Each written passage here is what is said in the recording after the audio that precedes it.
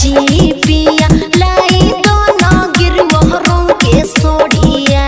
Lockdown लागल हा बंद हा बाजारिया के धनी। झूठ मत बोला।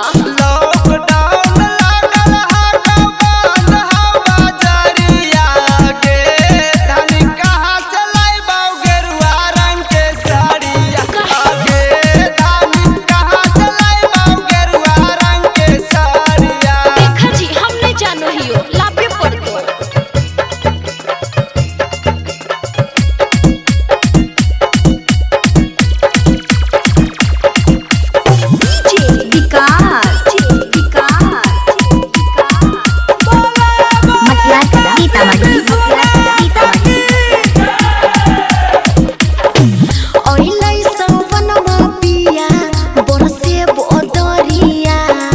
देखी कंवरियन के तरसे नजरिया।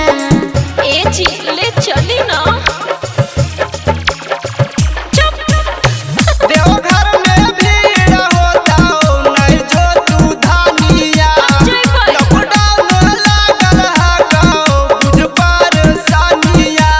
लाई के ना देबो तो जइबो नहीं हरबा।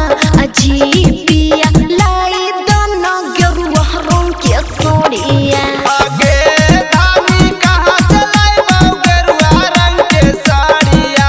ए जी ऐसे काहे करा हो जी। बोला बोला बाबा महेंद्रनाथ की।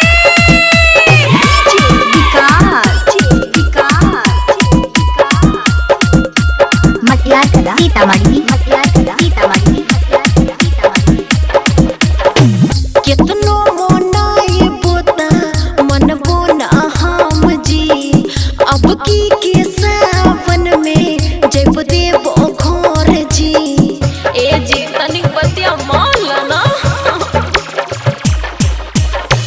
नहीं जमाना मीता कावर देवा कीन गे। सच में गेरुए रंग साड़ी लाइबा तोरे पसीन गे। मोरा दीप हरी से तुम उठाई लाना कबरिया। अजी पिया लाई दोनों गेरुआ रंग के सोड़िया। आगे धानी लाई देवा गेरुआ रंग के साड़िया। अब तो डीजे पर धमाका करबो। अरे काहे ना जी।